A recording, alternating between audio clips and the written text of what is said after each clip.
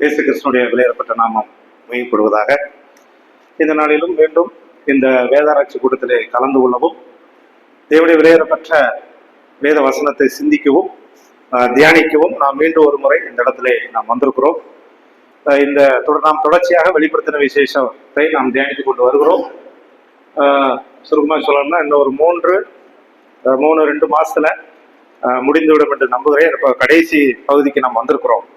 சரி, இன்னைக்கு கூட நாம் படிக்க வேண்டிய காரியம் என்ன அப்படின்னா, புதிய வானம் புதிய பூமி. இதுக்கு முன்னாடி 20 வெளிப்படுத்தின விசேஷம் 20 வரைக்கும் முடிச்சாச்சு. இப்போது 21ஆம் அதிகாரத்தை நம்ம சிந்திக்க போறோம். இந்த 21ஆம் அதிகாரத்துல 1ல இருந்து 22ல 5 வரைக்கும் அதுக்கு என்ன ஒரு தலைப்பு கொடுக்கலாம் அப்படின்னு நீங்க சிந்தித்தோமானால், புதிய வானம் புதிய பூமி. எங்க வரைக்கும்? வெளிப்படுத்தின விசேஷம் 22ல 5 வரைக்கும். சரி, இது ஒரு கற்பனையில் உள்ள ஒரு படம். அடிக்கடி சொல்வேன், இந்த நித்தியத்தை குறித்து தேவன் நமக்கு அதிகமாக வெளிப்படுத்தப்படவில்லை. வேத வசனத்துல என்ன சொல்லி இருக்கிறதோ அதைத்தான் நம்ம சிந்திக்கிறோம். ஆனா நாம் சிந்திக்கிறதை காட்டிலும் நித்தியம் கூடுதல் தகவல்கள் அங்க இருக்கும். சரி, இப்படிதான் இருக்கும் அப்படிங்கிற ஒரு கற்பனை. வாசிகள் இன்னைக்கு இதை குறித்து நம்ம சிந்திக்கும் பொழுது ஒரு வேத வசனத்தை வாசிக்காங்க. 1ல இருந்து 11 வரை வாசிங்க. புதிய வானத்தையும் புதிய பூமியையும் கண்டேன். முந்தின வானமும் முந்தின பூமியும் ஒழிந்து போயின, சமுத்திரமும் இல்லாமல் போயிற்று. யோவானாகிய நான் புதிய எருசலேமாகிய பரிசுத்த நகரத்தை தேவனிடத்திலிருந்து பரலோகத்தை விட்டு இறங்கி வர கண்டேன். அது தன் புருஷனுக்காக அலங்கரிக்கப்பட்ட மணவாட்டியை போல ஆயத்தமாக்கப்பட்டிருந்தது. மேலும் பரலோகத்திலிருந்து உண்டான ஒரு பெரும் சத்தத்தை கேட்டேன். அது இதோ மனுஷர்களிடத்திலே தேவனுடைய வாசஸ்தலம் இருக்கிறது. அவர்களிடத்திலே அவர் வாசமாயிருப்பார். அவர்களும் அவருடைய ஜனங்களாயிருப்பார்கள். தேவன் தானே அவர்களோட கூட இருந்து அவர்களுடைய தேவனாயிருப்பார். அவர்களுடைய கண்ணீர் யாவையும் தேவன் உடைப்பார். இனி மரணமும் இல்லை, துக்கமும் இல்லை, அலறுதலும் இல்லை, வருத்தமும் இல்லை. முந்தினவைகள் ஒழிந்து போயின என்று உணர்கிறது. சிங்காசனத்தின் மேல் வீட்டிருப்பவர் இதோ நான் சகலத்தையும் புதிதாக்குகிறேன் என்றார். இன்னும் அவர், இந்த வசனங்கள் சத்தியமும் உண்மையுமானவர்கள், இவைகளை எழுது என்றார். அன்றியும் அவர் என்னை நோக்கி, ஆயிற்று, நான் அல்பாவும் ஒமேகாவும் ஆதியும் அந்தவுமாயிருக்கிறேன். தாகமாயிருக்கிறவனுக்கு நான் ஜீவ தண்ணீர் ஊற்றி இலவசமாக கொடுப்பேன். ஜெயம் கொள்கிறவன் எல்லாவற்றையும் சுதந்திரத்துக் கொள்வார். நான் அவன் தேவனாயிருப்பேன், அவன் என் குமாரனாயிருப்பான்.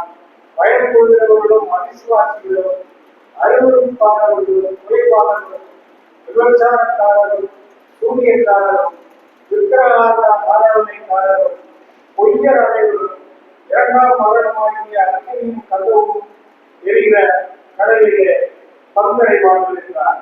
பின்பு கடைசியான 7 வானங்களால் நிறைந்த 7 கலசங்களையுடைய அந்த 7 தூதரில் ஒருவன் என்னிடத்தில் வந்து, நீ இங்கே வா, ஆட்டுக்குட்டியானவருடைய மனைவியாகிய மணவாட்டியை காண்பிக்கிறேன் என்று சொல்லி, பெரிதும் உயரமுமான ஒரு பர்வதத்தின் மேல் என்னை ஆவியில் கொண்டு போய் தேவனுடைய மகிமையை அடைந்த எருசலேமாகிய பரிசுத்த நகரம் பரலோகத்தை விட்டு தேவனிடத்திலிருந்து இறங்கி வருகிறதை எனக்கு காண்பித்தார்.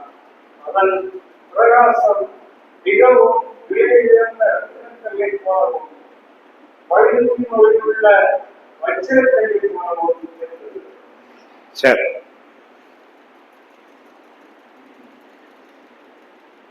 இப்ப நம்ம வாசித்த இந்த வேத பகுதியை வெளிப்படுத்தல் 21ல அந்த 1வது வசனத்துக்கு என்ன தலைப்பு அப்படின்னா, புதிய வானம் புதிய பூமி படைக்கப்பட்டது அப்படின்னு பார்க்க போறோம். அடுத்து 21ல 2ல இருந்து 8 வரை புதிய எருசலேம் விவரிக்கப்பட்டது. அது எப்படி இருக்கும் அப்படின்னு ஒரு எக்ஸ்பிளனேஷன், டிஸ்கிரிபியூஷன், அதாவது இப்படி எல்லாம் இருக்கும் அப்படிங்கிறது அதை குறித்து ஒரு விளக்கமாக இங்கே 2வது வசனத்திலிருந்து 8 வரை நம்ம பார்க்க போறோம். 3வது என்ன அப்படின்னா 9ல இருந்து 11 வரை என்ன அப்படின்னா, மணமகளின் புதிய எருசலேம். அந்த புதிய எருசலேம் எப்படி இருக்கும் அப்படி குறித்து ஒரு ஒரு காரியத்தை நம்ம வந்து பார்க்க போறோம். ஏன்னா இன்னைக்கு நேரம் இருக்குது, இந்த 11 வரை தான் பார்க்க முடியும்னு நினைக்கிறேன். அதனால ஒரு இன்ட்ரோடக்ஷனை நீங்க பார்த்துக்காங்க.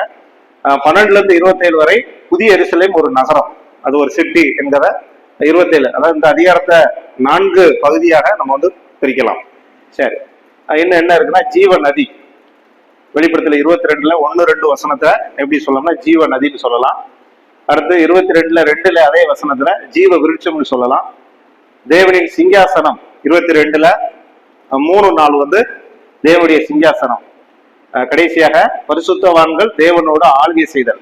அப்போ இந்த வெளிப்படுத்தல் விசேஷம் 21ல 1ல இருந்து 22-5 வரை இப்படி ஒரு 8 ஒரு உபத்தலைப்பாக சப்கட்டிங்காக என்ன செய்யலாம் இதை பார்க்கிறோம். அப்ப இன்னைக்கு நம்ம நேரத்தின் அருமை கருதி இதுல ஒரு 3 மட்டும் இன்னைக்கு வந்து நம்ம பார்ப்போம்.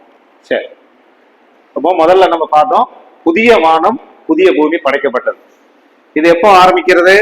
கிறிஸ்துவின் 1000 ஆண்டு ஆட்சியை தொடர்ந்து புதிய வானம் புதிய பூமி படைப்பை அதிகாரம் 21 விவரிக்கின்றன. உங்களுக்கு தெரியும், பத்திர இயேசு கிறிஸ்து இந்த உலகத்துக்கு வந்த உடனே சபை எடுத்துக்கொள்ளப்படும். பூமியில 7 வருஷம் உபத்திரவ காலம். உபத்திரவ காலம் முடிய நேரத்துல இயேசு கிறிஸ்து 2ஆம் வருகை வானத்திலிருந்து வருவார். அப்ப 2ஆம் வருகை முடிஞ்ச உடனே 7 வருஷம் முடிஞ்ச உடனே உபத்திரவ காலம் முடிஞ்ச உடனே 1000 வருட அரசாட்சி. 1000 வருட அரசாட்சி முடிஞ்ச உடனே என்னது? நித்தியம். அதான் அங்க வாசிக்கிறோம், புதிய வானம் புதிய பூமியை அங்க யோவான் வந்து பாக்குறாரு. அப்போ இந்த புதிய வானம் புதிய பூமி எப்போ உருவாகுதுன்னா 1000 ஆண்டு அரசாட்சியை தொடர்ந்து அதுக்கு அப்புறம் இங்க ஒரு புதிய நித்தியத்தை என்ன செய்து நம்ம பார்க்கிறோம். சரி, இது முற்றிலும் புதிய வானம் புதிய பூமி. உங்களுக்கு தெரியும் 1000 வருட அரசாட்சிங்கிறது இந்த பூமியில தான் அது நடக்கிறது. ஆனா நித்தியம் என்பது இந்த பூமியில கிடையாது. அங்க சொல்லுகிறார் இது முற்றிலும் புதிய வானம் புதிய பூமி. தற்போதைய வானமும் பூமியும் புதுப்பிக்கப்படவில்லை. சிலர் என்ன சொல்றாங்க அப்படின்னா நித்தியம் என்பது இந்த பூமியை தான் ஆண்டவர் வந்து ரினியூ பண்றாரு, புதுப்பிக்கிறார் அப்படின்னா அப்படி கிடையாது. ஏன்னா இதுக்கு முன்னாடியே மேல சொல்லுவார் 21ல பேதுரு சொல்லுறார் வானமும் பூமியும் அகன்று போயின அப்படின்னு சொல்லுகிறார். அப்போ இந்த பழைய பூமியில வந்து நித்தியம் கிடையாது. புதிய வானம் புதிய பூமி என்பது அது புதுசாக தேவன் என்ன செய்றார், அதை வந்து உருவாக்குகிறார். சரி, வெளிப்படுத்தல் 20:11 நம்ம ஏற்கனவே நம்ம வாசிச்சிருக்கிறோம். பழைய இதுக்கு முன்னாடி உள்ள வானமும் பூமியும் அகன்று போயின. அப்ப பழைய வான பூமி வந்து நித்தியம் கிடையாது. தேவன் புதிதாக ஒரு புதிய வானத்தை என்ன செய்றார், அங்கே கொண்டு வருகிறார். சரி, புதிய வானம் புதிய பூமி அங்க யார் இருப்பாங்க அப்படின்னா ரட்சிக்கப்பட்டவர்களின் வசிப்பிடம்.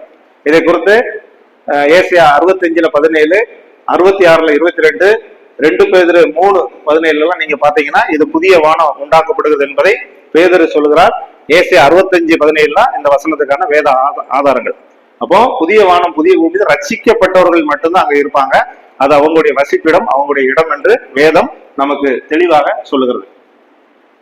சரி, இதுக்கு ரெண்டுக்கும் அந்த ஆதியாமத்துக்கும் வெளிப்படுத்துறதுக்கும் ஒரு வேறுபடுத்துதல். ஆதியாமத்துல என்ன இருந்தது, புதிய வெளிப்படுத்தல என்ன இருக்கு அப்படிங்கிற குறித்து உங்களுக்கு பாத்தீங்கன்னா ஆதியாமத்துல என்னெல்லாம் அங்க இருந்துச்சோ வெளிப்படுத்தல விசேஷ வரையில அதை வந்து அங்க இருக்காது. அதுதான் நம்ம ஒரு வேறுபடுத்தல். என்ன வேறுபடுத்தல்? ஆதியாமத்துல நம்ம பாக்குறோம் ஆதியிலே தேவன் வானத்தையும் பூமியும் படைத்தார். அப்ப வானம் பூமி படைக்கப்பட்டது. அங்க என்னது? வெளிப்படுத்தல வாசிக்கிறோம் புதிய வானம் புதிய பூமி. சரி, ரெண்டாவது சூரியன் வந்து படைக்கப்பட்டது. நம்ம ஆதியாமத்துல 1ஆம் அதிகாரத்துல 16 வாசிக்கிறோம். ஆனா 21 நம்ம வாசிக்கிறோம் அங்க என்ன கிடையாது, சூரியன் நித்தியத்துல என்ன கிடையாது. ஏன்னா அங்க அவரே என்னவா இருப்பார், வெளிச்சமாக இருப்பார். நித்தியத்துல வந்து அங்க சூரியன்லாம் அங்க தேவையில்லை, அவசியம் இல்லை. அங்கே சூரியன் இல்லை. ஏன்னா 21, 21, 23 நீங்க வீட்டிலேயே படிச்சு பாருங்க, அங்க சூரியன் இல்லைன்னு சொல்லப்பட்டிருக்கு. இரவு படைக்கப்பட்டது. ஆதியாமத்துல 1ல பாத்தீங்கன்னா இரவு படைக்கப்பட்டது, இரவு உண்டாக்கினார். ஆனா வெளிப்படத்துல 22:5 இரவுங்கிறது கிடையாது. சுருக்கமா சொன்னா நித்தியம் என்பது அங்க இரவே அது இருக்காது.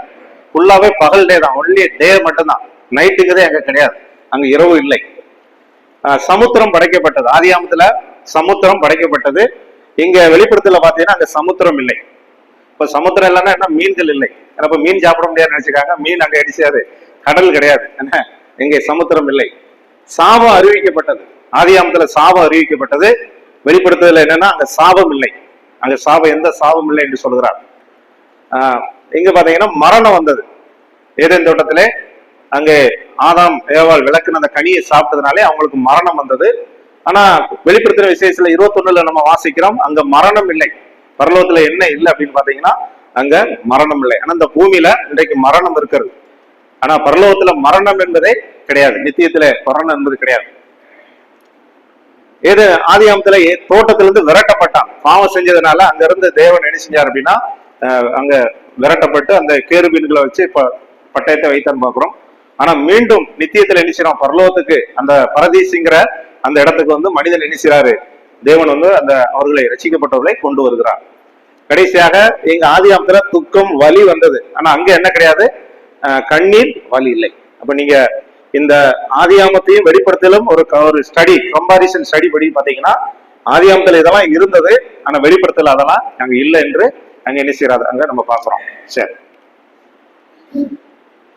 அடுத்து 2வது 2-8 வரை நம்ம வாசிச்சோம். புதிய எருசலேமை பத்தி ஒரு விவரமாக சொல்லுகிறார். புதிய எருசலேம், அதாவது அந்த புதிய வானம், அந்த புதிய பூமி, அந்த எருசலேம் எப்படி இருக்கும் என்பதை குறித்து இங்க ஒரு விவரமாக சொல்லப்படுகிறது. என்ன சொல்லுகிறார், புதிய எருசலேமாகிய பரிசுத்த நகரம் தேவனிடம் இருந்து பரலோகத்தை விட்டு இறங்கி வருவதையும் அது தன் கணவனுக்காக அலங்கரிக்கப்பட்ட மணவாட்டியை போல ஆயத்தமாக்கப்பட்டிருப்பதை யோவான் கண்டார். ஏன்னா யோவான் பாக்குறாரு, அந்த நித்தியத்திலிருந்து ஒரு பரலோகத்திலிருந்து ஒரு இறங்கி வருகிறத நினைச்சார். அந்த நித்திய பாக்குறாரு. அது எப்படி இருக்கு அப்படின்னா ஒரு அலங்கரிக்கப்பட்ட ஒரு மணவாளனுக்காக மணவாட்டி அலங்கரிக்கப்பட்ட அந்த ஆயத்தம் அப்படி ஜோடிக்க அப்படி வரதை வந்து இவர் பாக்குறார். சரி, இத சில பேர் என்ன சொல்றாங்க அப்படின்னா, யோவான் 14:2 உங்களுக்கு எல்லாரும் தெரியும்.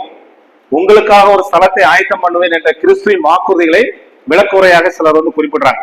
அந்த புதிய வானம், அந்த புதிய எருசலேம் அங்க இறங்கி வருவதை பார்த்த உடனே சிலர் வந்து தேவன் நமக்கு ஆயத்தம் பண்ணியிருக்கிறார் இதுதான் அப்படின்னு சொல்லி சில வேத அறிஞர்கள் வந்து இந்த வசனத்தை வந்து அதோடு ஒப்பிட்டு என்ன செய்றாங்க, இந்த இதை சொல்லுகிறார்கள். சரி, அடுத்து பின்னர் யோவான் ஒரு பெரும் சத்தத்தை கேட்கிறார். அதை நம்ம ஏற்கனவே வாசிட்டோம். தேவன் மனுஷரிடத்தில் வசிப்பார் என்றும் பரிசுத்தவான்கள் அவருடைய ஜனங்களாக இருப்பார் என்றும் தேவன் அவர்களின் தேவனாக இருப்பார். அப்போ தேவன் மனுஷரிடத்தில் என்ன செய்றாரு, அங்கே அங்கே வசிக்கிறாரு, அங்கே அவருடைய தேவனா இருக்கிறார் என்பதை நம்ம என்ன செய்யறோம். அதான் அப்போ பரலோகத்திலே நாம் அவரோடு கூட சேர்ந்து வாழ போகிறோம் என்பதை சுருக்கமா சொல்லணும். மனுஷரிடத்துல வந்து என்ன செய்றாரு, அவர் வாசம் பண்ணுகிறார் என்பதை இந்த வசனம் வந்து நமக்கு தெளிவாக சொல்லுகிறது. நித்தியத்தில் பரிசுத்தவான்கள் தேவனுடன் ஒரு புதிய நெருக்கத்தை அணிவிப்பார். அதாவது நெருக்கம்னா நெருங்கிய ஃபெல்லோஷிப், இன்டிமேசி ஃபெல்லோஷிப். அதாவது இன்னைக்கு மனுஷனுக்கும் தேவனுக்கும் நிறைய ஐக்கிய குறைபாடு உண்டு. கிறிஸ்தவர்களுக்கும் நிறைய ஐக்கிய குறைபாடு உண்டு. நம்ம என்னதான் முயற்சி பண்ணாலும் இந்த உலகம் சில சோதனைகள் கஷ்டங்கள் வந்து தேவனோடு ஒரு ஐக்கியத்தை அதாவது நெருங்கி பண்றதுக்கு நிறைய இந்த உலகத்துல தடை இருக்கு.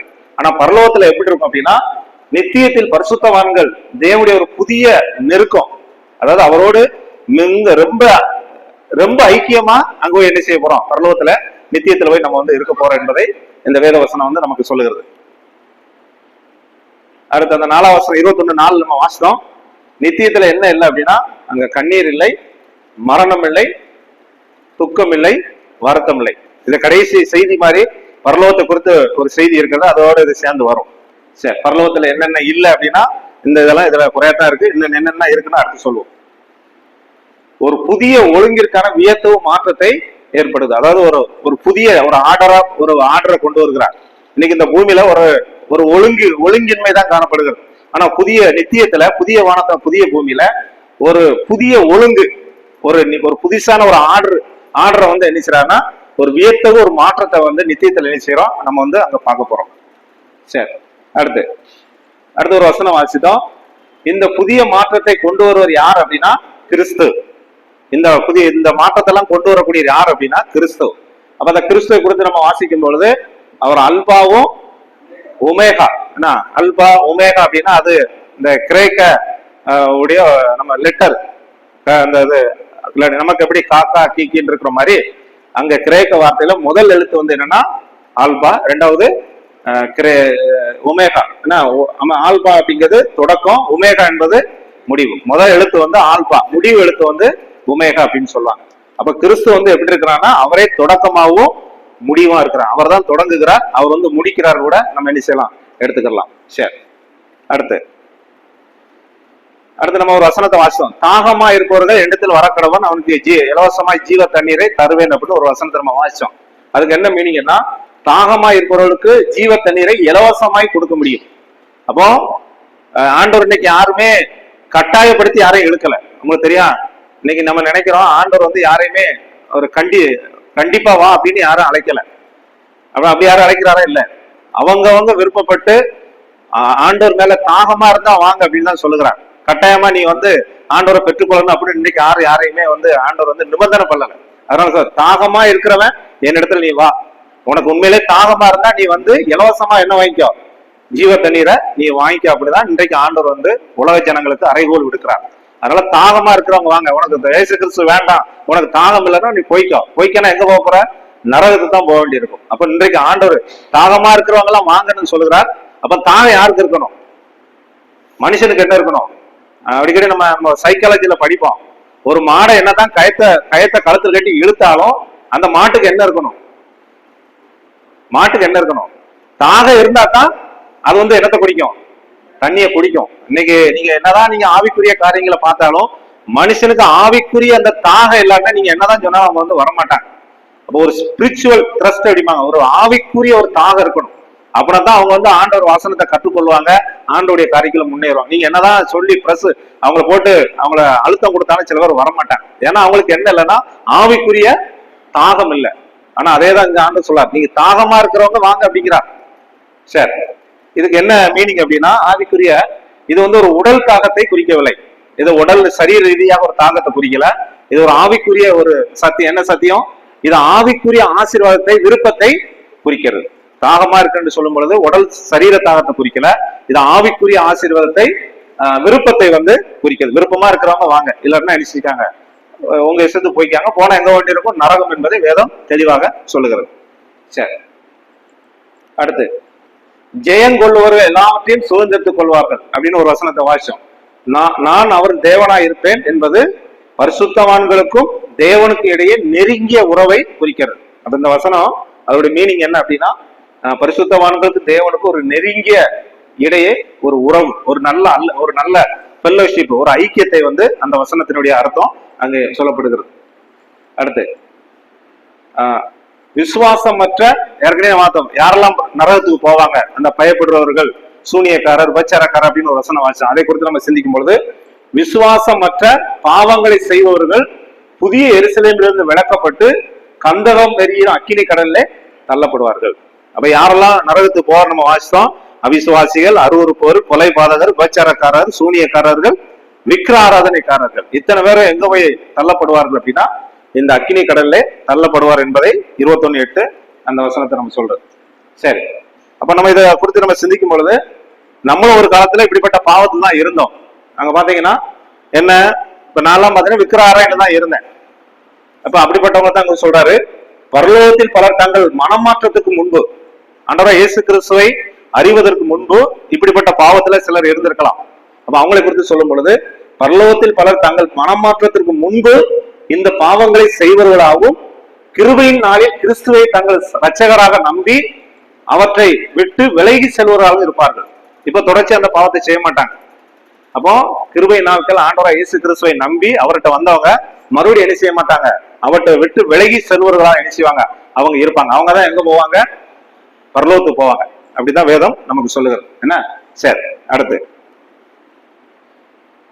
அடுத்து மணமகளின் புதிய எருசலேம்.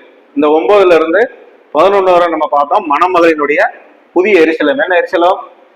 தேவதூதன் புதிய எருசலேமை யோவானை காண அழைத்தார். வா, உனக்கு ஒரு புதிய எருசலேமை நான் காட்டுறேன், ஒரு சிட்டியை, ஒரு நகரத்தை, ஒரு பட்டணத்தை காட்டுறேன் அப்படின்னு அவர் வந்து கூப்பிடுகிறார். கூப்பிட்ட உடனே எங்க என்ன நடக்கு அப்படின்னா, ஆட்டுக்குட்டியான மனைவியான மணவாட்டியை அங்கு காண்பார்கள். ஆட்டுக்குட்டியாகிய மனைவியாகிய மணவாட்டியை அங்கே காண்பார்கள். ஆவியானவரால் உயர்ந்த மலைக்கு கொண்டு போய் செல்லப்பட்டார். யோவான அவருடைய தரிசனத்துல போறாரு, ஒரு உயர்ந்த மலையில போய், வா உனக்கு என்ன செய்றேன், ஆட்டுக்குட்டியாருடைய மணவாட்டியை நான் காமிக்கிறேன் அப்படின்னு சொல்லி அங்க கூட்டு போய் என்ன அந்த அந்த புதிய எருசலேம் நகரத்தை வந்து அங்கே காமிக்கிறார். சரி, புதிய எருசலேம் தேவனிடமிருந்து பரலோகத்திலிருந்து இறங்கி தேவனின் மகிமை பிரகாசிப்பதை கண்டார். அப்ப இதை பாக்குறாரு. அந்த புதிய எருசலேம் அப்படியே பிரகாசிக்கு, அப்படியே மகிமை. அந்த நாட்கள்ல ஆசாரிப்பு கூடத்துல அங்க பாத்தீங்கன்னா செகினா அப்படின்னா மகிமை அப்படியே அந்த கூடாரத்தை சுற்றி பிரகாசித்தது போல எங்க தேவனுடைய மகிமையை பார்த்து அப்படி எண்ணிச்சாரு. அந்த பிரகாசிக்கிறத யோவான் வந்து எண்ணிச்சாரு, அந்த பாக்குறார். அப்ப பார்க்கும் பொழுது சில சில கல்லு ரத்தின கல்லை போலவும் வச்சிரக்கல்லை போலவும் என்று சொல்வது நகரத்தின் சிறந்த ஒரு அழகை குறிக்கிறது. அங்க ரத்தினக்கல், வச்சிரக்கல், ஒவ்வொரு கல்லு இதுக்கு கீழே பார்த்தீங்கன்னா 12 கல்லு நம்ம இதுக்கு அடுத்து அடியில இதுக்கு அடுத்து வாசிக்கிறோம். அந்த ஒவ்வொரு கல்லும் ஒவ்வொரு கலர்ல அந்த நகரை வந்து பார்க்கல கலர் கலரா அந்த நகரத்தின் சிறந்த அழகு, அது ரொம்ப அந்த புதிய எருசலேம் ரொம்ப அழகா இருக்கிறதை குறித்து அந்த அழகை வந்து அந்த கல்லு வந்து அது வந்து நமக்கு அதை காமிக்கிறது. அடுத்து இதுல நம்ம வாசிக்கல இருந்தாலும் உங்களுக்கு ஒரு டைம் எக்ஸ்பிளைன் பண்ணிதான் நேரத்தின் அருமையை கருதி. யோவான் ஒரு பிரம்மாண்டமான நகரத்தை கண்டார், பார்க்கிறார். ஒரு பெரிய ஒரு புதிய எருசலேம் மேல இருந்து இறங்கி வருகிற அவர் நகரத்தை கண்டார். அது சதுர வடிவில் இருக்கிறது. சதுரம் உங்களுக்கு தெரியும், செவ்வகம் சதுரம் வட்டம் இருக்கு. அந்த அந்த வடிவத்தை பார்க்கும் பொழுது அது வந்து சதுர வடிவில் இருக்கு அப்படின்னு பாக்குறாரு. அடுத்து அந்த 12 வாசல்களை கொண்ட உயரமான சுவரால் சூழப்பட்டது. அந்த சுவரை பார்த்தீங்கன்னா 12 வாசல்களை கொண்ட, ஏன்னா நான் 12 ஒவ்வொரு பகுதிக்கு 3 வாசல், அப்ப 12 வாசலை கொண்ட பெரிய உயரமான சுவரை சூழப்பட்டது அந்த எருசலேம் நகரம். 12 வாசல்களில் 12 தூதர்கள் நினைக்கிறாங்க, அந்த உள்ள நிக்கிறாங்க. அந்த 12 வாசல்களின் மேல் யாருடைய பெயர் எழுதப்பட்டிருக்கு? 12 கோத்திரங்களின் பெயர்கள் வந்து அங்கே எழுதப்பட்டிருக்கு. இதை உங்களுக்கு பார்த்தாலே உங்களுக்கு புரிஞ்சிருக்கும். 12 வாசல்கள்ல 12 தேவ கோத்திரங்களுடைய பெயர்கள் வந்து அங்கே எழுதப்பட்டிருக்கு. சரி, 12 மதில்களுக்கு மேல் 12 அப்போஸ்தலரின் பெயர்கள் பதித்திருந்தன. அந்த 12 அந்த மதிலுக்கு மேல அப்போஸ்தலரின் பெயர்கள். அந்த அப்போஸ்தலன் சொல்லும் பொழுது சில பேர் இயேசு கிறிஸ்துவை பின்பற்றின 12 சீசர்கள் உங்களுக்கு தெரியும். அதுல ஒருவேளை மத்தேயு அப்படின்னு சொல்றாங்க, சில வேத அறிஞர்கள் எப்படி சொல்றாங்க, அந்த மத்தேயுக்கு பதில் அப்போஸ்தலர் தான் சேர்த்துக் கொள்ளப்படுகிறார், அதனால மத்தேயுக்கு பதில் அப்போஸ்தலரா இருக்கலாம் அப்படின்னு சில வேத அறிஞர்கள் தங்களுடைய கருத்தை சொல்றாங்க. அதனால யூதாசுக்கு பதில், ஏன்னா யூதாசு வந்து இயேசு கிறிஸ்துவை காட்டி கொடுத்து அவர் இறந்துட்டார், அவர் நாண்டு கண்டு செத்துட்டாரு, அவருக்கு பதிலாக அப்போஸ்தலர் பவுல் வந்து அதுல சேர்த்துக் கொள்ளப்பட்டிருக்கலாம் அப்படின்னு சில வேத அறிஞர்கள் வந்து சொல்றாங்க. சரி, அடுத்து 12 முத்துக்கள். நீங்க இதுக்கு கீழே வாசிச்சீங்கன்னா இந்த 12 முத்துக்கள் 12 விதமான பழங்கள் எல்லாம் நீங்க பாத்தீங்கன்னா அந்த 12 வேதத்துல நிறைய 7, 12 அப்படின்னு நிறைய அந்த எண்ணுக்கு சில சிறப்பு காரங்கள் உண்டு. அதே போல 12 முத்துக்கள் 12 விதமான பழங்கள் அப்படின்னு நம்ம இதுல தொடர்ச்சியா வாசிக்கிறோம். சுவரின் அளவு வந்து அதாவது 144 முழம், உயரம் அகலம் பாத்தீங்கன்னா நீளம் 12,000, அதாவது ஸ்டேடியம், அதாவது 1400 மைல். 12,000 ஸ்டேடியம் அப்படிங்கிறது 1400 மைல்ல வந்து அதனுடைய அளவு இருக்கு அப்படின்னு வந்து வேதத்துல சொல்லப்பட்டிருக்கிறது. வடக்கு, தெற்கு, கிழக்கு, மேற்கு என சுவர்கள் வந்து அங்க இருக்கு. அதே போல ஒவ்வொரு பக்கத்திலும் 3 வாசல்கள் இருக்கு அப்படின்னு சொல்லப்பட்டிருக்கு. அப்ப இதெல்லாம் நீங்க பார்க்கும் பொழுது என்ன அப்படின்னா, தேவதூதன் ஒரு பொற்கோளால் நகரத்தை அளந்தாங்க. அப்ப வளர்க்கும் பொழுது அதனுடைய மைல்கள் 1400 மைல்கள் பிரமிட் வடிவில் இருக்கு அப்படின்னு சொல்றாங்க. சதுரவடி சில அறிஞர்கள் வந்து அது எப்படி இருக்குன்னு அளந்து பார்க்கல, அது ஒரு பிரமிட் வடிவு மாதிரி இருக்கு அப்படின்னு சொல்றாங்க. சரி, இப்ப இதுல இருந்து நம்ம பார்க்கும் பொழுது நம்ம வர்றதுல என்னன்னா, தேவதூதன் கோலை பயன்படுத்தி மனித அளவீட்டை பற்றி குறிப்பிடுகிறார். அப்ப நீங்க நினைக்கிற மாதிரி இந்த ஒரு அளவீடு ஒருவேளை இருக்கலாம் அப்படின்னு நீங்க நினைக்கலாம். ஆனா இவர் தன்னுடைய அதாவது மனித அளவீட்டுல ஆனா சுருக்கமா இன்னொரு ஆள் என்ன சொல்றான்னா, இது ஒரு பிளானட் மாதிரி, ஒரு கோல் மாதிரி இருக்கும், இங்க ஒரு நிலா மாதிரி இருக்கும், ஒரு சந்திரம் மாதிரி இருக்கும் அப்படிங்கிறார். அப்போ ஒரு கற்பனை பண்ணிக்காங்க, ஒரு நிலா எவ்வளவு பெருசா இருக்குன்னு பாத்துக்காங்க. அப்ப நான் சுருக்கமா சொல்லணும்னா இது வந்து மனித அளவீடு. ஆனா தேவனுடைய அளவீடு நம்ம அறிவுக்கு என்ன செய்யாது, எட்டாது. அதனால மனித அளவீட்டுல பார்க்கும்பொழுது 1004 மைல், ஆனா தேவனுடைய அளவீடு வேற. நம்ம வேதத்துல வாசிக்கிறோம், தேவனுக்கு ஒரு நாள் எத்தனை நாள்? ஒரு நாள் 1000. ஆனா நம்ம கணக்கு ஒரு நாள் 24 மணி நேரம், ஆனா அவருடைய கணக்கு வேறதான் இருக்கலாம். அதனால ஒரு சந்திரன் போல இருக்கும், ஒரு பிளானட் போல இருக்கும் அப்படின்னு வந்து இந்த எருசலேம் நகரத்தை வந்து வேத அறிஞர்கள் வந்து சொல்றாங்க. சரி, அதான் புதிய எருசலேமை பத்தி, புதிய வானத்தை பத்தி நமக்கு குறைவா தான் வெளிப்படுத்தப்பட்டிருக்கிறது. இதுல உள்ளபடிதான் நம்ம சிந்திக்கிறோம். இதுக்கு அப்பாற்பட்டது நிறைய அங்க போய் நம்ம போய் பார்த்துக்கலாம். சரி, அடுத்து யோவான் சுவரை பார்க்கும் பொழுது அது வச்சிரக்கல்லானது என்றும் நகரம் கண்ணாடியை போல தூய்மையான தூய தங்கத்தினானது என்றும் கண்டார். ஏன்னா அதுல பாத்தீங்கன்னா எத்தனை கல் இருக்கு? 12 கல்லு. அந்த கல்லுக்கே ஒரு செய்தி இருக்கு, ஆனா அது சொன்னோம்னா நேரம் ஏன்னா முடிக்க முடியாது. அதனால இங்க பாத்தீங்கன்னா யோவான் சுவரை பார்க்கும்போது வச்சிரக்க அப்படி என்னென்ன கல்லுங்கிறது அடுத்து கீழே பார்க்கலாம். 12 அஸ்திபாரங்களும் 12 விலை உயர்ந்த கற்களால் அலங்கரிக்கப்பட்டன. இது இஸ்ரவேல் 12 கோத்திரங்களை குறித்து காட்டும் பிரதான ஆசாரியனுடைய மார்பகத்தில் 12 கற்களால் பதிக்கப்பட்டதை போல காணப்படுகிறது. உங்களுக்கு தெரியும் அந்த அந்த பிரதான ஆசனுடைய அந்த அந்த மார்பத்தில் அந்த 12 கற்கள் வந்து பதிக்கப்பட்டிருக்கும் அப்படின்னு இந்த இதை வந்து சில வேத அறிஞர்கள் அதுக்கான அர்த்தத்தை சொல்றாங்க. சரி, ஆட்டுக்குட்டியாவது அங்க இருப்பதால் அங்க தேவாலயம் கிடையாது. நித்தியத்துல என்ன கிடையாது, அங்க தேவாலயம் இல்லை. ஏன்னா அவரே அங்க எப்படி இருக்கிறார், தேவாலயமாக இருக்கிறார். சூரியன் சந்திரன் இல்ல. ஏன் இல்ல அப்படின்னா தேவனே அவங்களுக்கு என்ன கொடுக்கிறார், வெளிச்சத்தை அங்க கொடுக்கிறார். பூமியின் ராஜாக்கள் அதாவது புறஜாதிகள் என்ன செய்வாங்கன்னா அவருக்கு காணிக்கை செலுத்த அங்க வருவார்கள். அதாவது நம்ம போய் என்ன செய்வோம், அங்க தேவனுக்கு காணிக்கை செலுத்துவோம், அங்க வருவார் என்று சொல்லப்பட்டிருக்கிறது. கடைசியாக அங்க வாசல்கள் என்ன செய்யல, மூடப்படவில்லை. ஏன்னா வாசல் ஏன் மூடல், அங்க யாரும் கிடையாது, திருடம் கிடையாது. அங்க தீயவர்கள் குடியவர்கள் 60 பணம் அங்க செய்ய முடியாது, போக முடியாது. அதனால சுருக்கமா அங்க என்ன கிடையாது, பாவம் கிடையாது. இன்னைக்கு இந்த பூமியில நம்ம இப்போ சர்ச்சை முடிஞ்சு பூட்டிட்டு போனோம், ஏன்னா திருடன் உள்ள வந்துடும். ஆனா அங்க என்ன செய்யாது, அங்க திருடனும் கிடையாது, அங்க திருடனே உள்ள என்ன செய்ய முடியாது, போக முடியாது. திருடமெல்லாம் எங்க போவான், நரகத்துக்கு தான் போவார்கள். அப்போ அங்கே வாசல்கள் மூடப்படவில்லை. அடுத்து இரவு இல்லை. ஏன்னா நித்தியத்துல வந்து இரவு என்பதே கிடையாது. எல்லாமே எப்படி இருக்கும், மங்கி போகாத பகல் கால நாடாவே தான் இருக்கும். ஏன்னா இன்னைக்கு நமக்கு இரவு வருகிறது, பகல் வருகிறது. ஆனா அங்க வந்து எல்லாமே பகலாத்தான் என்ன செய்ய இருக்கும் என்று வேதவசனம் தெளிவாக சொல்லுகிறது. ஆட்டுக்குட்டியானுடைய ஜீவ புஸ்தகத்தில் பெயர் எழுதப்பட்டவர் மட்டுமே அதிலே பிரவேசிப்பார்கள். அங்க யாரு போவாங்க, ஆட்டுக்குட்டியானுடைய ஜீவ புஸ்தகத்தில் எழுதப்பட்டவங்க மட்டும்தான் அங்க போவாங்க. சரி, இப்போ இதை குறித்து ஒரு பரலோகத்தை குறித்து உங்களுக்கு சுருக்கமாக ஒரு விஷயத்தை நான் சொல்லிடுறேன்.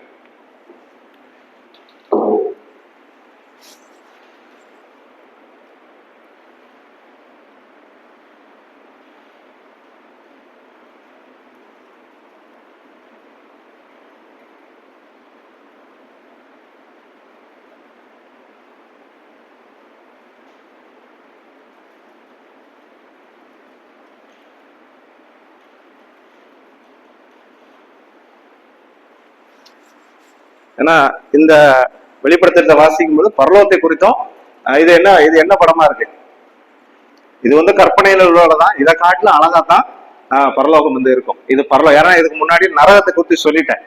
அதனால போன கடைசி பைபிள் ஸ்டடியில நரகம் எப்படி இருக்கும், நரகத்துல என்னெல்லாம் வேதனைப்படுவாங்க, எப்படி தாகமா இருக்கும், எவ்வளவு வேதனை அனுபவிக்கணும் அப்படின்னு போன மாசம் நரகத்தை குறித்து சொல்லியாச்சு. இப்போ பரலோகத்தை குறித்து நமக்கு என்ன சொல்லப்பட்டிருக்கு என்பதை நம்ம பார்ப்போம். இது கற்பனையால உள்ள ஒரு படம். இதை காட்டிலும் பரலோகம் அழகாத்தான் இருக்கும். சரி, விசுவாசி மரிக்கும் பொழுது அவங்களுடைய ஆவியும் ஆத்மாவும் உடனடியாக எங்க செல்கிறது, பரலோகத்துக்கு செல்கிறது. நல்லா புரிஞ்சுங்க, ஒரு விசுவாசி மரிக்கும் பொழுது அவங்களுடைய ஆவியும் ஆத்மாவும் உடனடியாக பரலோகத்துக்கு செல்கிறது. பரலோகம் எப்படி இருக்கும் அப்படின்னா, என் பிதாவின் வீட்டில் அநேக வாசஸ்தலங்கள் உண்டு. யோவான் 14:2 வாசிக்கிறோம். மேன்சன், பல ரூம்கள், பல அறைகள் அங்க இருக்கும் அப்படின்னு சொல்லப்பட்டிருக்கிறது. பரலோகத்தில் அதிக மேன்மையான நிலையான சுதந்திரம் உங்களுக்கு உண்டு. அப்ப நிலையான சுதந்திரம் அப்படின்னா ஒரு நித்திய சொத்து அப்படின்னா எங்க எது, பரலோகம் தான். உண்மையான சொத்து அப்படின்னா பரலோகம் மட்டும்தான், வேற எதுவுமே கிடையாது. நிலையான சுதந்திரம். சரி, பரலோகம் எப்படி இருக்கும் அப்படின்னா, பரலோகம் என்பது பிதா இருக்கும் இடம். பரலோகத்துல யார் இருக்கா, பிதா, குமாரன், பரிசுத்தாவி. அங்க பிதாவும் என்ன செய்றாரு, அங்க இருக்கிறார். அதனாலதான் பரமண்டலங்கள் இருக்கு எங்களை பிதாவே அப்படின்னு நினைச்சாரு. அப்ப பரலோகத்துல யார் இருக்காருன்னா அங்க பிதா இருக்கிறார்.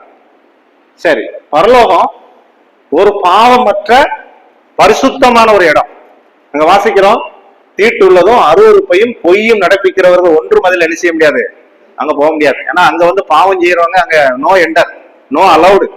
அதனால பரலோகம் என்பது பாவமற்ற, அங்க பாவமே இருக்காது. நித்தியம் என்பது பாவமே இருக்காது, பரிசுத்தமான ஒரு இடம். ஒரு துளி அளவு கூட அங்க என்ன இருக்காது, அங்க இந்த மாதிரி தீட்டு அருவருப்பு பொய்ய வந்து பார்க்க முடியாது. இன்னைக்கு பூமியில இதெல்லாம் நம்ம பார்க்கிறோம், ஆனா பரலோகத்துல அதை பார்க்க முடியாது. பரலோகம் எப்படி இருக்கும், அழகானது. இந்த அழகு அப்படின்னா அது அங்கதான் சொல்ல முடியும். இன்னைக்கு நம்ம இயற்கை காட்சியை பார்த்து வெரி பியூட்டிஃபுல் சொல்றோம், ஆனா பரலோகம் அழகானது, சுத்தமானது. இன்னைக்கு இந்த உலகம் முழுக்க குப்பை, நிறைய குப்பைகள் இருக்கு. நம்ம என்ன இந்தியா நாடு அப்படின்னா சில சொல்லுவாங்க குப்பை அப்படிம்பாங்க. ஆனா அதை காட்டில அங்க பரலோகம் எப்படி இருக்கும், சுத்தமா இருக்கும். தூய தங்கத்தினால ஆனது, தூய தங்கம். இன்னைக்கு தங்கம் வந்து 1,00,000 பவுன் வந்து 1.20க்கு மேல போயிடுச்சு, 1,20,000 ரூபாய். ஆனா அங்க என்ன செய்வோம், நகரத்தின் வீதியில தெளிங்கு பளிங்க போல சுத்த பொண்ணு. சுருக்கமா அதுல தங்கத்துல நம்ம என்ன செய்வோமா நடப்போம் என்று அங்க சொல்லப்பட்டிருக்கிறது. தூய தங்கத்தினால பரலோகம் ஆனது. பரலோகம் எப்படி இருக்கும் அப்படின்னா, பரலோகத்தில் ஜீவ நதி. என்ன நதி இருக்கு? ஜீவ நதி. ஜீவ நதினா என்னது? வற்றாது.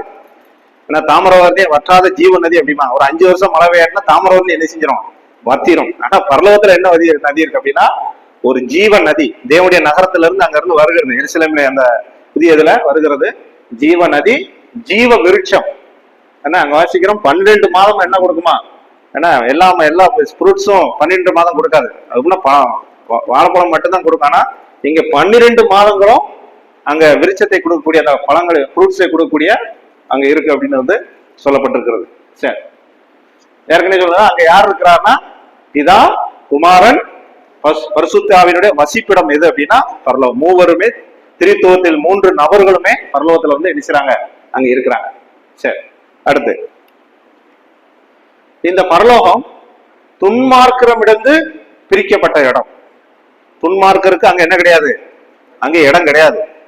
அங்க உள்ள போக முடியாது. அதான் வாசிக்கிறோம் நாய்களும் சூனியக்காரன் யாரு? சோசியமாக்குறவங்க, நாள் பாக்குறவங்க, இந்த மாதிரி உலகப்புறமா இன்னைக்கு நினைக்கிறாங்க. விசுவாசி நினைக்கிறாங்க இந்த நாள் பாக்குறவங்க, சூனியம் பாக்குறது, சோசியம் பாக்குறது எல்லா பாவங்களும் செய்யறவங்க இருக்கிறாங்க. அதனால ஒரு விசுவாசி அதெல்லாம் செய்யக்கூடாது. சூனியக்காரர், விபச்சாரக்காரர், வேற நம்ம 1 Corinthians 6 வாசிக்கிறோம் விபச்சாரக்காரங்க தேவனுடைய ராஜ்யத்தில் பிரவேசிப்பதில்லை. அப்ப விபச்சாரம் பண்றவங்க பரலோகத்துக்கு போக முடியாது. அடுத்து கொலை பாதகர், கொலை செய்யறவர்கள், மெயினா விக்கிர ஆராதனைக்காரர். இன்னைக்கு விக்கிராதனை எல்லாம் பெருகி போச்சு. எங்க பார்த்தாலும் விக்கிரானைக்கு தான். பிசாசு அவங்களுடைய இருதயத்தை வந்து என்ன செஞ்சுட்டான்? மனசை குருடாக்கிட்டான். அந்த ரோட்ல போய்க்கெல்லாம் பார்க்க கூட்டமா வண்டியில போவாங்க அந்த சப்பரத்தை எடுத்துக்கிட்டு. அப்ப அவங்கள பார்க்கும் போதுதான் கூட்டமா எங்க போறாங்க? கூட்டமா நரகத்துக்கு போறாங்க. உண்மை எனக்கு அப்படித்தான் வருது. அதனால கூட்டமா நரகத்துக்கு நினைச்சாங்க போய் கொண்டிருக்கிறார்கள் விக்கிர ஆராதனை. ஏன்னா பிரபஞ்சத்தின் தேவனுடைய மனசை வந்து அடிச்சுட்டான், குருடாக்கிட்டான், இதயத்தை வந்து குருடாக்கிட்டான். ஊமையான விக்கிரத்தை காமிச்சு இதுதான் தெய்வம்னு ஏமாத்தி கூட்டுக்கிட்டு போய்கிட்டு இருக்கான்.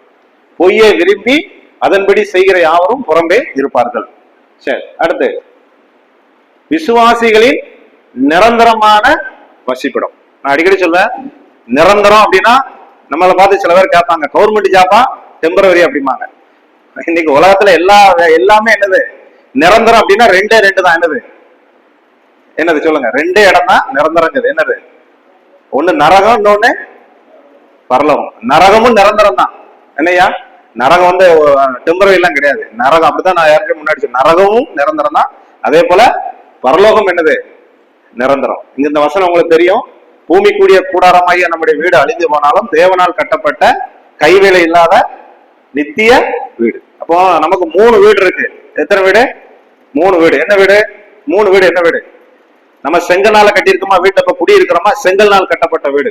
இந்த வீடு ஒரு நாள் என்ன செஞ்சிடும்? அழிஞ்சிரும். ஏன்னா ஒரு வீடு வந்து 30-40 வருஷம் தான். அதுக்கு மேல அந்த அமைப்பு அவ்வளவுதான் முடிஞ்சு. இது பூமிக்குரிய வீடு அழிஞ்சிரும். 2வது வீடு என்ன வீடு? பூமிக்குரிய கூடாரம். என்ன வீடு? இந்த சரீரமாகிய வீடு. இந்த கூடம் இந்த ஆவி இருக்க அந்த மூச்சு இருக்க தண்ணி இது ஒரு நாள் போயிடும். இந்த சரீரமாகிய வீடும் அழிந்து பெறும். 70-80 அவ்வளவுதான் ஆயுசு முடிஞ்சது. இந்த வீடு அழிஞ்சிரும். ஆனா தேவனால் கட்டப்பட்ட நித்திய வீடு. அப்ப அதான் சொல்கிறார் விசுவாசிகளின் நிரந்தரமான வசிப்பிடம். என்ன உலகத்துல சொல்லுவாங்க அசையும் சொத்து அசையாத. தங்கம் எல்லாம் வந்து அசையாத சொத்து. இந்த ப்ராப்பர்ட்டிமாங்க நிலங்கள்லாம் என்னதான் அசையாத சொத்து அப்படிம்பாங்க. உண்மையிலே அதுவும் ஒரு நாள் என்ன செஞ்சிடும்? நிலமும் ஒரு நாள் அசைஞ்சு. ஆண்டவர் சொல்ல இந்த பூமிக்கு அக்கினிக்கு இரையாக எதை வச்சிருக்கிறாரு? இந்த பூமியை வச்சிருக்கிறாரு. சுருக்கமா சொல்லணும்னா நான் அடிக்கடி சொல்லுவேன் இந்த பூமி நிலங்கள்லாம் யார் பேர்ல பட்டா இருக்கணும்? நீங்க நம்ம பேர்ல பட்டா போட்டிருக்கோம். ஆனா உண்மையா பட்டா யார் பேர்ல இருக்கணும்? ஆண்டவராகிய இயேசு கிறிஸ்து. அவர் தான் இந்த உலகத்தை படைச்சார். அவர் தான் இந்த பூமிக்குரிய. ஆனா இந்த இன்னைக்கு ஒரு அடி இடத்துக்கு இன்னைக்கு சண்டையை பார்த்தா மனுஷன் உண்மையில நினைச்சேன். அதான் நமக்கு கிறிஸ்தவர்கள் இந்த பரலோகத்தை குறித்து சொல்றதுக்கு காரணம் என்ன அப்படின்னா விசுவாசிகள் எப்பொழுதும் நமக்கு எந்த சிந்தை இருக்கணும்? நித்தியத்தை குறித்த ஒரு சிந்தனை இருக்கணும். சாதாரண இந்த மண்ணுக்காக இந்த உலகத்துடைய மண்ணு இடத்துக்காக நம்ம என்ன செய்யக்கூடாது? சண்டையை போட்டு அந்த வாழ்க்கையில நம்ம போயிடக்கூடாது. அதனால இன்னைக்கு நிறைய பேருடைய நீங்க போலீஸ் ஸ்டேஷன் போய் பார்த்தா இன்னைக்கு இருக்கிற நம்பர் 1 பிரச்சனை வந்து என்ன பிரச்சனை? இட பிரச்சனை தான் இருக்கும். எங்க பார்த்தாலும் இட பிரச்சனை தான். நாட்டு இட பிரச்சனை தான். அதனால நமக்கு ஒரு இடம் நிரந்தரமான ஒரு வசிப்பிடம். அடுத்து பரலோகத்துல எப்படி இருப்போம்? பரலோகத்தில் இளமையாகவும் வாலிபத்துக்கு திரும்பும். யோபு சொல்லுகிறார் அப்பொழுது அவருடைய மாம்சம் வாலிபத்தில் இருந்ததை பார்க்கலாம் ஆரோக்கியம் அடையும், தன் வாழ வயது நாட்களுக்கு திரும்ப. அப்படின்னா சுருக்கமா சொன்னா பரலோகத்துல தாத்தா பாட்டி என்ன செய்ய மாட்டாங்க? இருக்க மாட்டாங்க. அங்க கிழவன் அந்த கிழவின்னு சொல்லுவாங்களா அங்க இருக்க மாட்டாங்க. அங்க எல்லாரும் எப்படி இருப்போம்? வாலிபர்களாக இருப்போம். அப்படிதான் வேதவசனம் அப்படிதான் சொல்லுகிறது. இளமையாக வாலிபத்துக்கு திரும்புவோம். ஏன்னா நீங்க இப்போ வயசானவங்க நிறைய பேர் இருக்க, நீங்க வாலிபத்துல எப்படி இருந்திருப்பிய? என்ன பார்த்தியா அப்பா முடியெல்லாம் நரைச்சிச்சு அப்படிம்பாங்க. அப்ப நம்ம வாலிபத்தை நினைச்சு பாக்குறேன், என் வாலிபத்துல எப்படி இருந்தேன் அப்படியே ஒரு 10 வருஷத்துக்கு முன்னாடி பனைமரம் தென்னை மரம்லாம் ஏறும். இப்ப ஏற முடியுமா? முடியாது. அப்போ வாலிபத்துல இருந்தது வேற. அப்போ பரலோகத்திலே இளமையாக வாலிபனா போய் இருக்க போறோம். தேவன் நம்மளை எடிக்கிறாரு. அப்படிப்பட்ட ஒரு ஆசீர்வாதத்தை நம்ம கொடுத்திருக்கிறார். பரலோகம் எப்படிப்பட்ட இடம் அப்படின்னா சந்தோஷமும் மகிழ்ச்சி நிறைந்த இடம். ஆண்டவர் சொல்றாரு, கீழே வாசிக்கிறான், எஜமான அவனை நோக்கி, நல்லது உத்தமமும் உண்மை உள்ள ஊழியக்காரனே, கொஞ்சத்தில் உண்மையா இருந்தாய், அநேகத்தில் மேல் உன்னை அதிகாரியை வைப்பேன் அப்படி சொல்லிட்டு ஒரு வார்த்தை சொல்றாரு. உன் எஜமானுடைய சந்தோஷத்துக்குள் பிரவேசி. அப்ப எஜமானுடைய இடம் எப்படிப்பட்டது? சந்தோஷமான இடம். அங்க மகிழ்ச்சி மட்டும்தான் இருக்கும். அங்க சந்தோஷம் மட்டும்தான் பரலோகம் இருக்கும். அடுத்து இங்க யாரெல்லாம் வருவாங்க? சகல கோத்திரம் சகல பாசைக்காரிலும் அப்படின்னு சுருங்க குறிப்பிட்ட இனத்துல உள்ளவங்க மட்டும் எங்க வர மாட்டாங்க, பரலோகத்துக்கு வர மாட்டாங்க. எல்லா கோரங்க வாசிக்கிறோம். ஒவ்வொரு இனம், மொழி, தேசங்களிலிருந்து ரசிக்கப்பட்டவர்கள் அங்க இருப்பாங்க. அப்ப எல்லா இனம் இன்னைக்கு குறிப்பிட்ட இனத்து மாதிரி தான் அப்படிலாம் கிடையாது. அங்க எல்லா பாசைக்காரர்களும், மலையாளி, ஆந்திரா, கர்நாடகா, வெளிநாட்டுக்காரங்க எல்லாமே எங்க இருப்பாங்க? பரலோகத்துல இருப்பாங்க. அதுதான் அப்படிப்பட்ட ஒரு இடம் தான் பரலோகம். சரி, எந்த சரீரத்துல இருப்போம்? கிறிஸ்துவை போன்று மகிமைப்படுத்தப்பட்ட சரீரத்துல நம்ம இருப்போம். இந்த சரீரத்தோட எங்க போக மாட்டோம்? பரலோகத்துக்கு போக மாட்டோம். அப்படி போனோம்னா அங்க என்ன நடக்கும்? அங்க கோபம், வைராக்கியம்லாம் அங்கேயும் அங்க அதுதான் இருக்கும். அதனால ஆண்டவர் இந்த சரீரத்தோட கூட்டு போக மாட்டார். மகிமைப்படுத்தப்பட்ட சரீரம் அப்படின்னா பிலிப்பியர்ல வாசிக்கிறோம், மகிமைப்படுத்தப்பட்ட குளோரிஃபைடு பாடி அப்படின்னு சொல்லுவாங்க. அப்போ இயேசு கிறிஸ்துவை போன்று மகிமைப்படுத்தப்பட்ட சரீரத்தெல்லாம் எங்க போவோம் அப்படின்னா நித்தியத்துக்கு நம்ம போவோம். ஏன்னா இந்த சரீரத்துல அது இருக்கு. சரி, பரலோகம் ஒரு நிரந்தரமான இடம். என்ன ஒரு பெர்மனன்ட் இடம் அப்படின்னா பரலோகம் மட்டும்தான். வேற எதுவும் இந்த ஒன்னொன்னு நரகம். அதனால இந்த உலகம் நிரந்தரம் எதுவுமே கிடையாது. அதனால நிரந்தரமான ஒரு இடம் அப்படின்னா அதான் ஆண்டவர் சொல்றாரு, நித்திய சுதந்திரத்தை அடைந்து கொள்வதற்கு. நித்திய சுதந்திரம், நித்திய சொத்து. நித்திய சொத்துனா என்னது? பரலோகம் மட்டும்தான். அப்படிதான் வேதவசனம் நமக்கு சொல்லுகிறது எபிரேயர்ல. பரலோகம் ஒரு வெகுமதியின் இடம். நல்லா புரிஞ்சுக்காங்க. பரலோகத்திலே நம்ம என்ன வாங்க போறோம்? ஒரு கிஃப்ட், ரிவார்டு, ஒரு பரிசு கொடுக்கக்கூடிய ஒரு இடம்.